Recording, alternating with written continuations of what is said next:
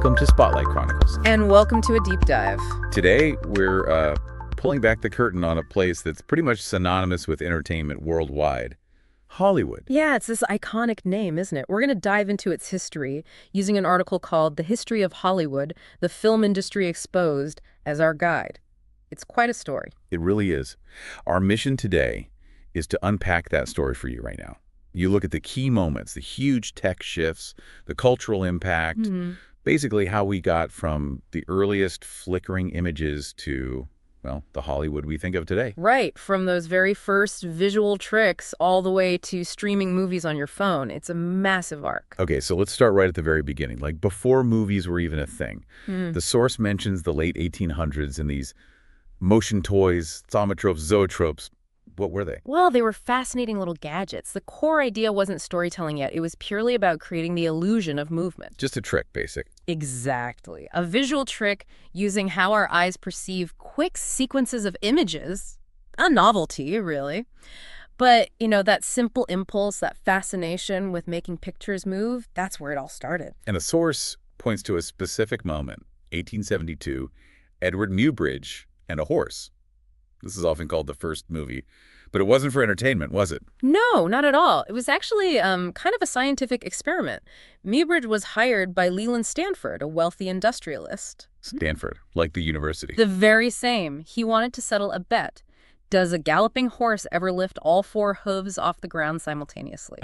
Okay.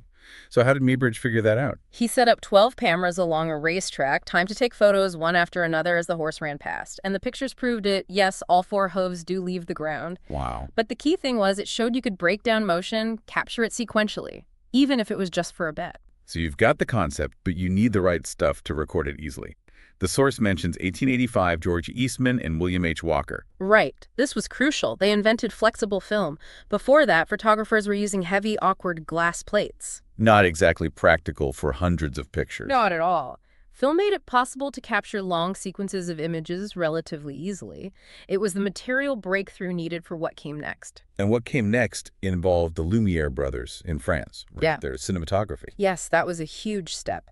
Their machine, hand-cranked, was really clever. It could shoot the film, develop it, and project it. Projection. That's the key to showing it to an audience. Exactly. It turned it from a scientific curiosity or a personal toy into a public spectacle. They held their first public screening in Paris, 1895. Just short little scenes, workers leaving a factory, a train arriving. But for the audience then, revolutionary. Okay, so now we can capture and project moving images. Early 1900s, how does it evolve beyond just like showing everyday scenes? This is where the creativity starts kicking in. Filmmakers began experimenting, things like editing, putting different shots together, using backdrops, building simple sets. They're starting to construct actual stories. Not just recording reality anymore. No, they're shaping it. The source highlights a film called The Great Train Robbery from 1903 by Edwin S. Porter. It used different locations, cross-cutting. It was an early example of telling a narrative, showing the potential of film for storytelling. And then comes a really important business development around 1905, the Nickelodeons. Yes, the 5-cent theaters. Think about that 5 cents. Suddenly, movies weren't just for the elite or special occasion. He makes it mass entertainment. Totally. Especially in cities. They popped up everywhere, became hugely popular, generated real money, and that money fueled more filmmaking. It turned movies into a proper business. And the source notes that even early on, their power was recognized, like using them for WWI propaganda. Yeah, which shows how quickly people grasped this wasn't just fun and games. It was a powerful tool for communication, for influence. And after the war, there's this cultural boom in the U.S., and California starts becoming the place to be for this new industry. Exactly. Which leads us to the story of Hollywood itself. Right, and the source actually tackles that myth about the first Hollywood movie. You always hear about Cecil B. DeMille's The Squaw Man in 1914, the story about changing plans last minute because of bad weather elsewhere. That's the famous legend, yeah. Great story. But the source points out that D.W. Griffith had actually filmed in Old California entirely in the village of Hollywood back in 1910. 4 years earlier. 4 years earlier. It just didn't have that same dramatic founding myth quality. But Griffith was there first. So myths versus reality. But either way, by around 1919, Hollywood becomes the name associated with American movies, with glamour.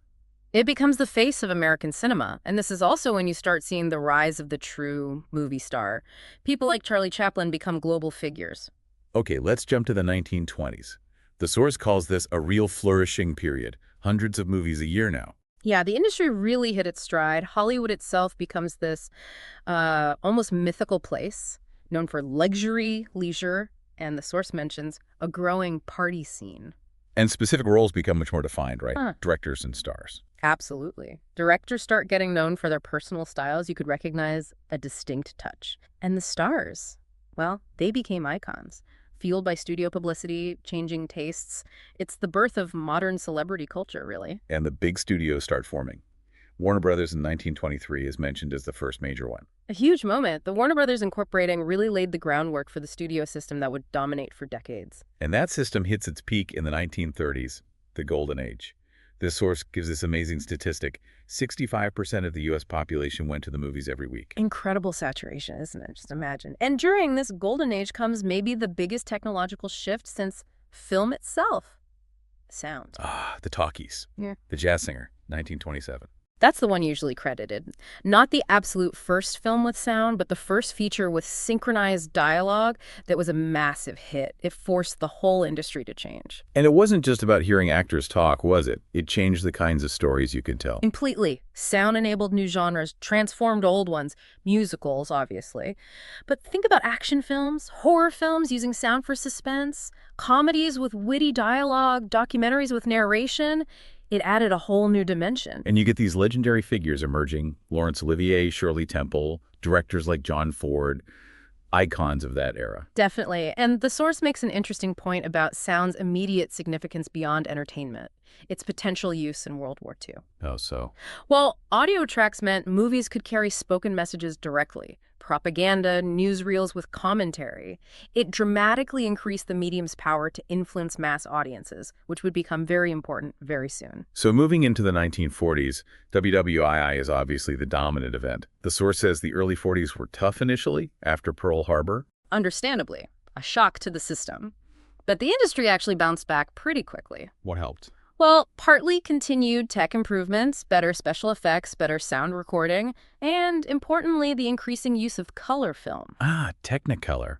The source mentions The Adventures of Tom Sawyer. Yes, as the first full-length color feature from a major Hollywood studio, color just made movies feel more vibrant, more modern, more of an escape. And Hollywood definitely played its part in the war effort itself. Oh, massively. Production ramped up. They made patriotic films, training films, documentaries. Movies became a really important source of morale on the home front and a way to communicate war aims. And all this seems to lead to a kind of peak right after the war.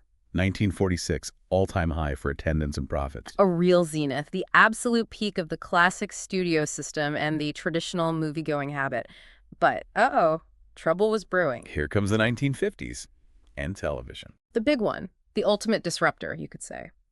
The source highlights how fast TV spread. 10 million U.S. homes had sets by 1950. That's a direct competitor right in your living room. So how did Hollywood react?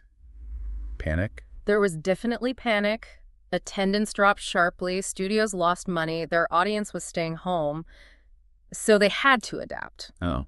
The source mentions a pivot towards younger audiences, making films that reflected the changing culture, more rebellious themes, rock and roll, stuff that wasn't necessarily seen on family-friendly TV, less idealized. And you see stars who embody that, right? Yeah. James Dean, Marlon Brando, Marilyn Monroe. Right, exactly. They represented something different, edgier perhaps. Hollywood also tried technical gimmicks, widescreen formats like CinemaScope, even 3D, trying to make the cinema experience something TV couldn't replicate. Did it work? It helped, but the fundamental challenge remained.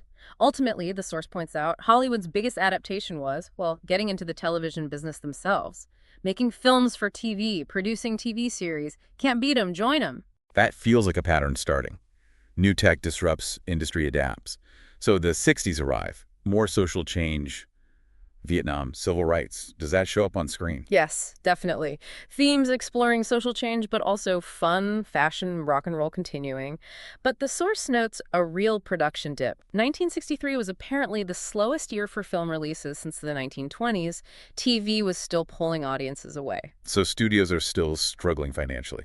Yeah, they had to get creative. They diversified, getting into music records, making dedicated TV movies, creating popular TV series formats. The source even says they tried lowering ticket prices, like down to $1, just to get people in seats. Wow, $1. But despite that, by 1970, the industry sounds like it was in a pretty bad state, a long depression. Yeah, the source describes it as a depression developing over 25 years. The old studio system was really breaking down. Some were struggling, others were branching out completely, like Disney getting into theme parks in Florida. And this financial weakness leads to buyouts. Big time. National companies and later international ones started buying up the historic studios. It really marked the end of that classic Hollywood era, with control shifting away from the original movie moguls.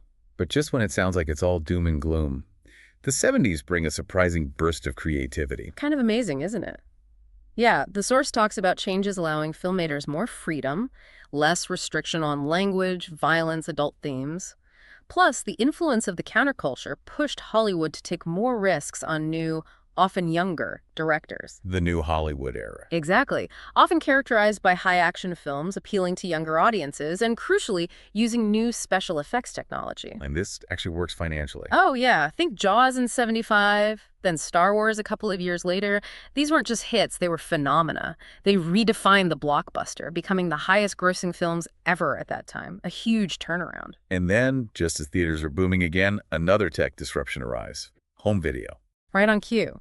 VHS players, laser discs. Suddenly you could own or rent movies on tape. It was a massive new revenue stream for the studios, absolutely huge. But I sense a but coming. But predictably, the source notes, it also led to another dip in cinema attendance. That convenience factor of watching at home strikes again. It's a constant tension.